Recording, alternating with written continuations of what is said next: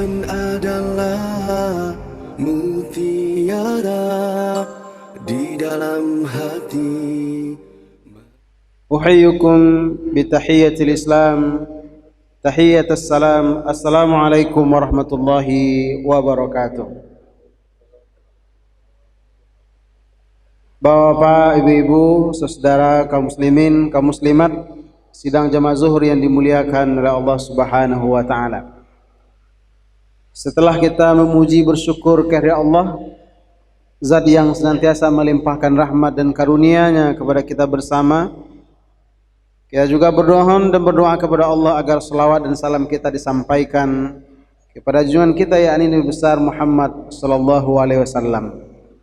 Contoh teladan dalam kehidupan kita bukan dalam urusan ibadah mahdhah semata, tetapi dalam setiap gerak-gerik kehidupan kita, urusan pribadi, berkeluarga, masyarakat, berbangsa dan bernegara.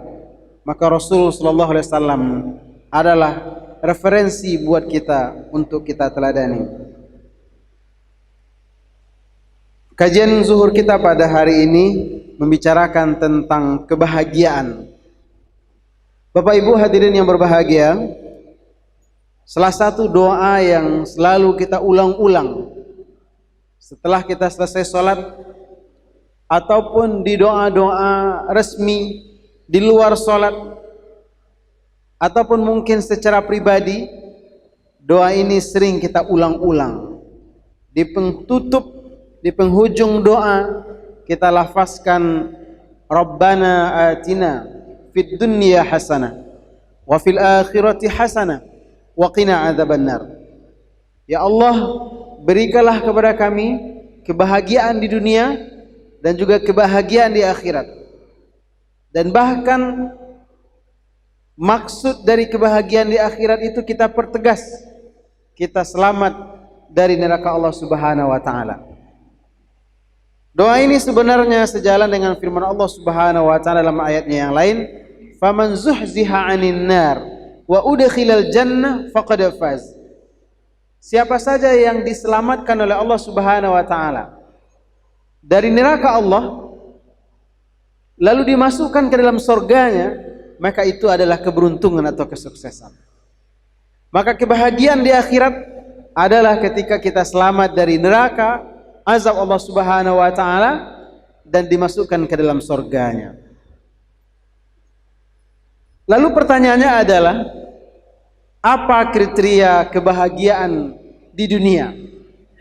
Atau apa standar minimal kita ini dikatakan sudah bahagia di dunia ini? Rasulullah sallallahu alaihi wasallam dalam sebuah hadisnya yang diriwayatkan oleh Ibnu Hibban mengatakan, arba'un minas sa'adah. Ada 4 tanda-tanda kebahagiaan. Al-mar'atus salihah, istri yang soleh. Wal maskanul wasi', tempat rumah yang luas. Wal jarus salih, yang ketiga adalah tetangga yang baik.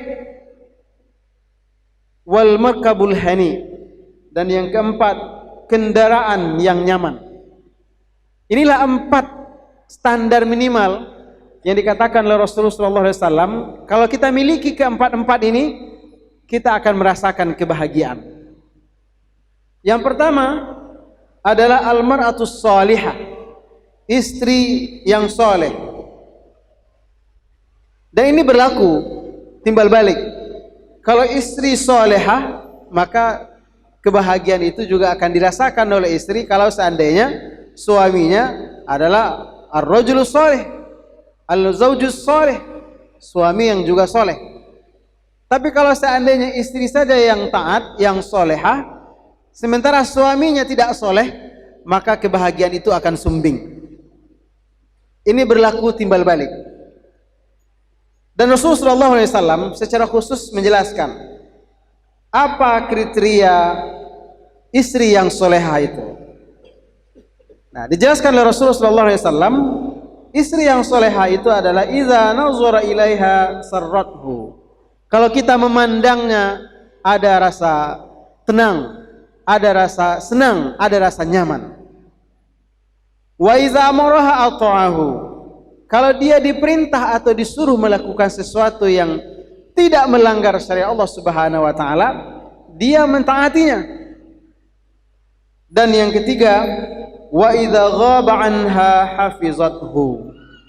Ketika kita tidak bersamanya, ketika kita pergi bekerja, maka istri yang salihah itu di rumahnya menjaga kehormatannya.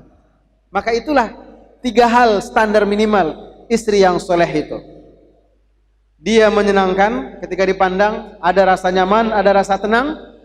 Ketika diperintah atau disuruh melakukan sesuatu, dia kerjakan. Dan ketika dia tidak bersama kita, dia menjaga kehormatannya.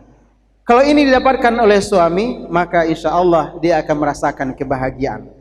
Sebagaimana istri akan merasakan kebahagiaan kalau suaminya adalah orang-orang yang soleh. Bapak Ibu hadirin hadirat yang berbahagia.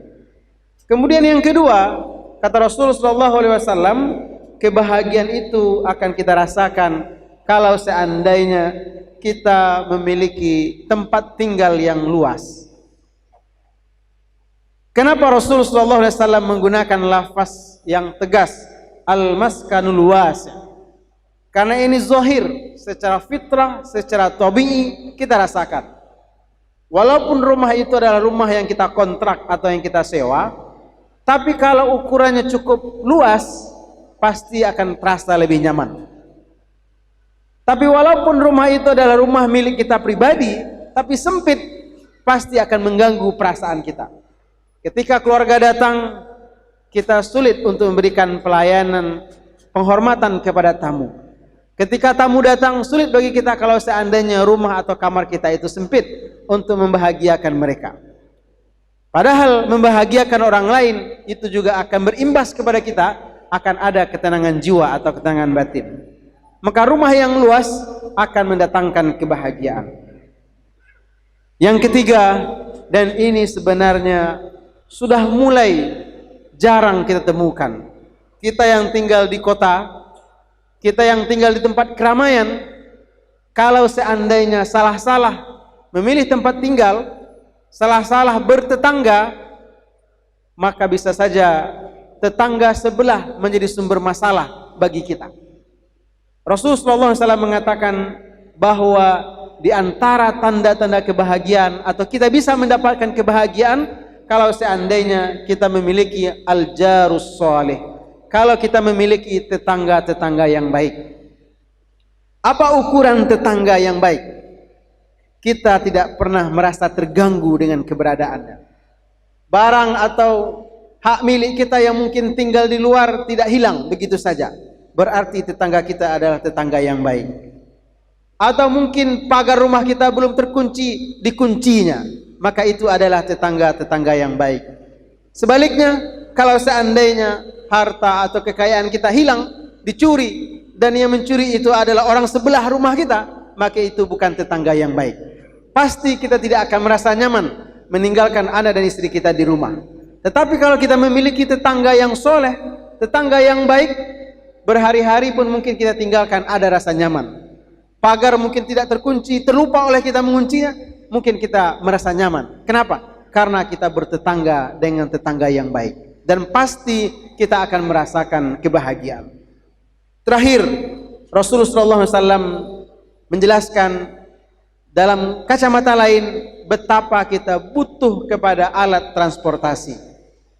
Dia tidak mesti mewah, dia tidak mesti mahal, dia tidak mesti luar biasa. Yang penting kendaraan itu adalah al-markabul hani, kendaraan yang nyaman untuk dikendarai.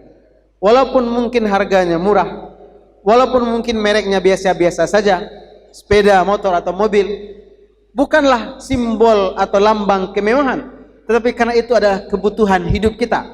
Maka apapun kendaraan yang kita miliki, selama dia nyaman, maka itu akan mendatangkan kebahagiaan. Sebaliknya, semahal apapun kendaraan yang kita miliki, tapi kalau sering rusak, maka itu akan menimbulkan kegelisahan, mengganggu kebahagiaan kita. Bapak Ibu hadirin hadirat berbahagia, maka inilah gambaran sederhana bagaimana kita bisa mengukur apakah kita sudah bahagia di dunia atau belum. Kalau untuk akhirat, insya Allah kebahagiaan itu adalah selamat dari neraka Allah, dimasukkan ke dalam surganya. Adapun kebahagiaan di dunia bisa kita ukur al-mar'atus salihah, pasangan yang taat, yang soleh, yang sama-sama taat kepada Allah Subhanahu wa taala. Atau yang kedua al-maskanul wasi', tempat tinggal yang luas, karena tempat tinggal yang luas akan memberikan rasa nyaman. Atau yang ketiga wal jarus salih, tetangga-tetangga yang baik. Atau yang keempat wal markabul hani, kendaraan alat transportasi yang nyaman, yang memudahkan kita dalam urusan dunia. Ini kalau kita miliki keempat-empatnya, maka akan terasa kebahagiaan yang sempurna. Kalau separuhnya saja, berarti lebih kurang 50% kebahagiaan dunia ini sudah kita dapatkan. Kalau belum kita dapatkan satu pun, maka kita harus berusaha. Satu demi satu dari 4 tanda-tanda kebahagiaan ini mesti kita raih dengan usaha maksimal, dengan ketaatan kepada Allah Subhanahu wa taala, maka insyaallah kebahagiaan dunia dan akhirat akan kita rasakan. Billahi taufiq wal hidayah. Assalamualaikum warahmatullahi wabarakatuh.